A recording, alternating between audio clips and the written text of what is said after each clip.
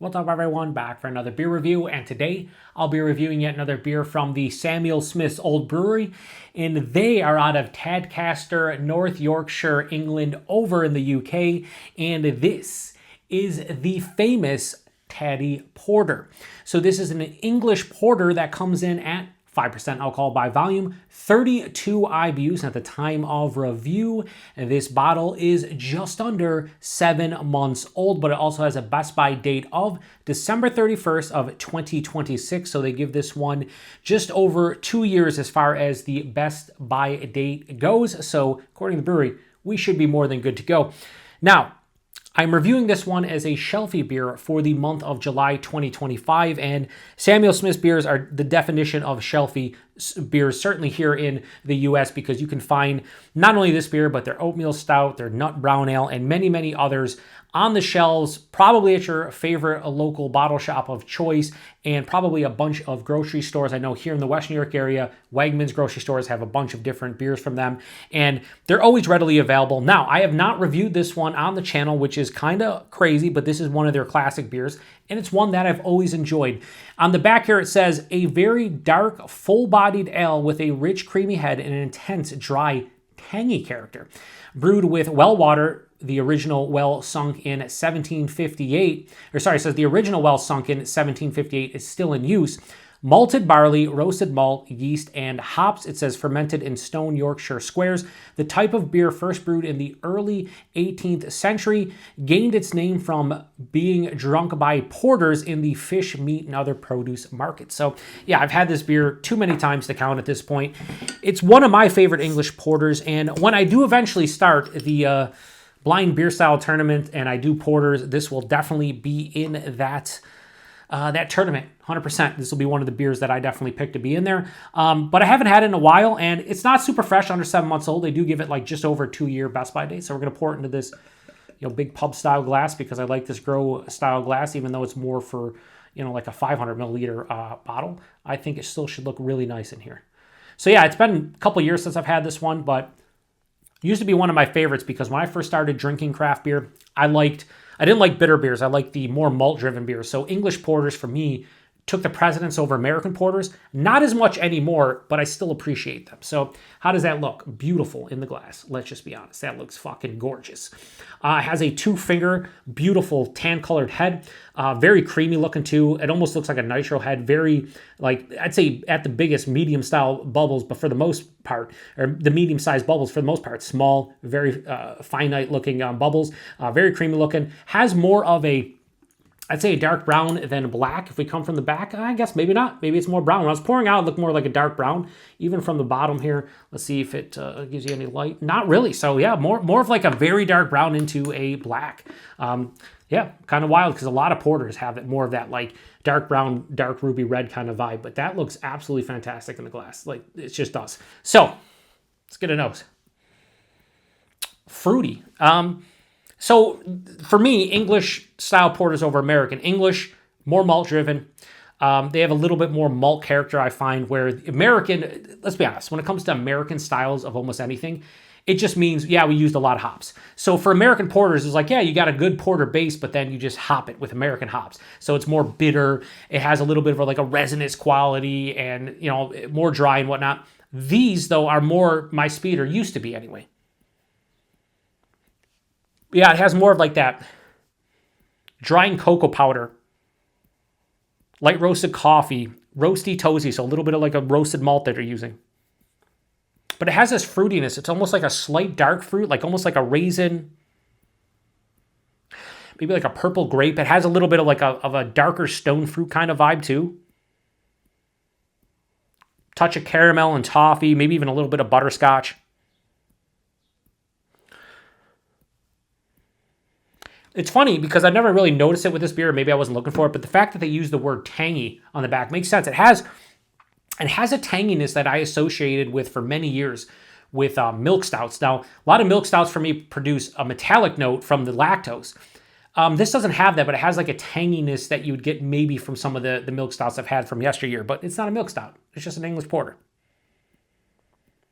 It smells nice. It doesn't smell like amazing or anything, but it smells really nice. And as an old standby for me, it smells familiar. But because I haven't had it in a couple years, I need to reintroduce myself or have the beer introduced to me again because my mouth's watering. I want to get into it. Cheers, everyone.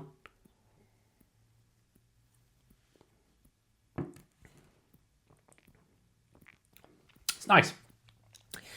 Here's what I'll say about this off the first sip. This is a beer my palate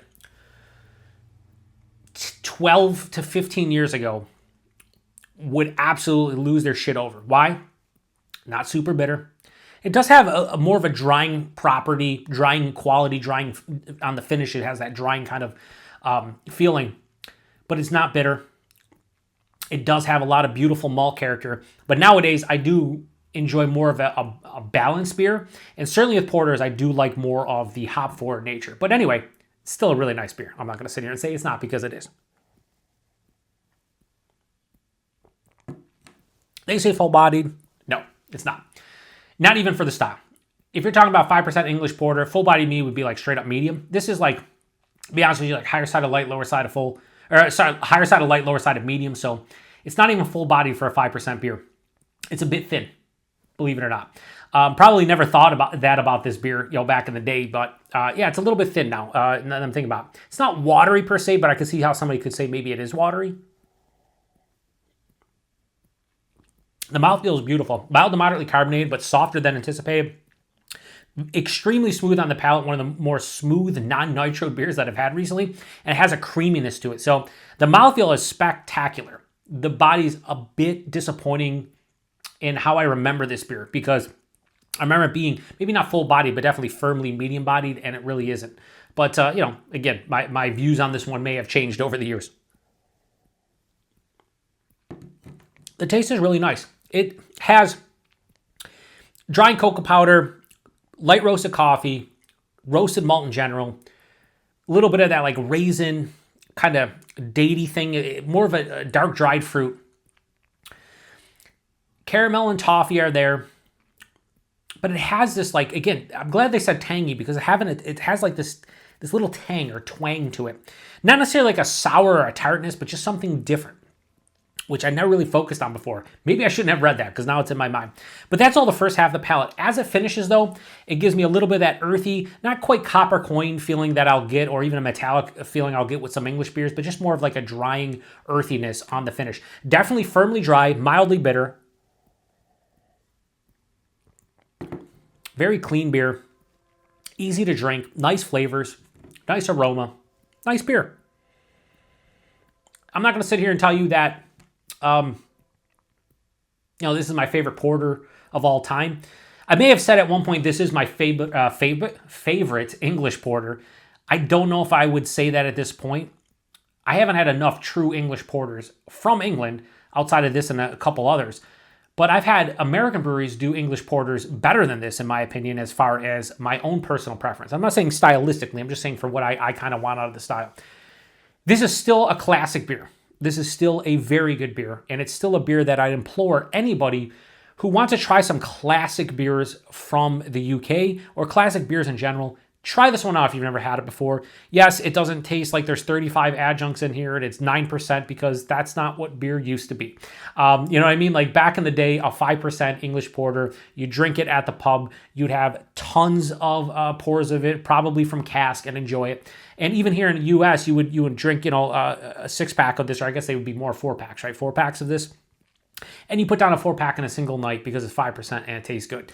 And that's kind of where I am with this one. Like, it has a good balance. It's dry enough to balance out all the sweet malty goodness. Again, mild bitterness, so it's pretty balanced. Still leans maybe a little bit more to the malt side of things, so a little bit sweeter, but it's still a damn nice beer. Personally, I'd rather have, if I'm going to Sam Smith's, the 2 beers I'd pick over this, 3 beers, would be the Oatmeal Stout, the Organic Chocolate Stout, and Stingo, Yorkshire Stingo. Those beers, to me, are more in my wheelhouse. The Oatmeal Stout's better than this, in my opinion.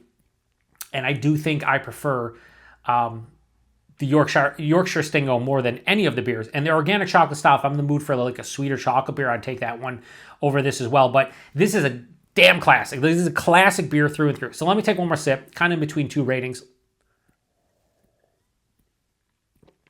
Simple, easygoing, nice flavors. Yeah, I'm going to give this one a pretty solid score. Stylistically, this is probably in that high 4.25, low 4.5 range. Some people might say it's a 5 out of 5 perfect English porter, and I wouldn't argue that.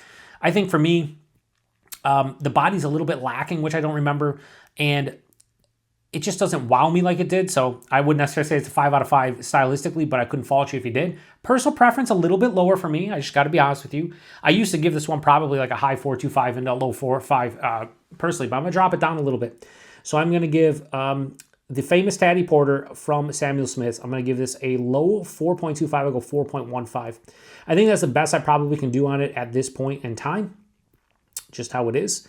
But that doesn't mean it's not a good beer, because it really is, and I do enjoy it. And I'm glad I picked it up to review it finally, because I've had this beer so many times that I was doing a disservice to the beer and myself by not doing it. Price point availability here in the Western New York area, more specifically Buffalo, typically like $12.99 for a 4-pack of these. Are these, I don't know if these are, 355 milliliter bottles, so 12 fluid ounces. They used to come in the bigger, I think it was, I don't know if it was 500 ml bottles, but they did. They were usually like $4 or $5 for each one of them. But $12.99 for a 4-pack of this for an imported beer, that's pretty goddamn good. I'm all right with it. And availability, like I said earlier, you should be able to find this one in most places in the U.S. If you have a local beer store or a local grocery store that has a decent import section, this should be there along with the oatmeal stout from Samuel Smith. You definitely should add probably the nut brown, maybe their India Ale, maybe a couple others, some of their organic fruited beers, maybe the organic chocolate stout, but you should be able to get this one if you really want to try it out. So I'm glad I reviewed this one as a shelfie beer for the month of July 2025. I've pretty much reviewed most of the classic Sam Smith beers for the most part. I love the brewery. I think they do a great job with a lot of their beers. This is one of the few to me that doesn't live up to the memory of it for myself. And I know that sounds weird, but it just doesn't. It's still a good beer. I gave it a 4.15, and I might be even generous. This might be more of the 4 to 4.1, but I gave it a 4.15. I think I enjoy it to that degree. But this used to be like closer to 4.5 for me. So, it could be my palate. Could be maybe the quality has suffered. I don't think so, but maybe it did. So if you've had this one before and you've had it recently, has this changed at all for you? Is it still as good as you remember it? What do you think about this beer? Do you like it? Do you not like it? I think, and also this one is how it's imported. It's imported in Tacoma, Washington, by the way, which is kind of wild. It's imported in Tacoma, Washington, when the UK is on the other side. It's on the, closer to the east coast of the US. So that's kind of weird. That's how that works. But yeah. Anyway, a little bit longer review, but these classic beers deserve it. 5%, like I said, I can't tell. It's 5%. I could drink 3 or 4 of them, and then I'd be feeling pretty good. And I wouldn't even remember that as alcohol in it. Be honest with you. That's how it is. So anyway, appreciate everybody stopping by for another beer review here on the Beer Patrol. Like I said, if you've had this one before, please post in the comment section. I would love to hear from you. Until the next one. Cheers.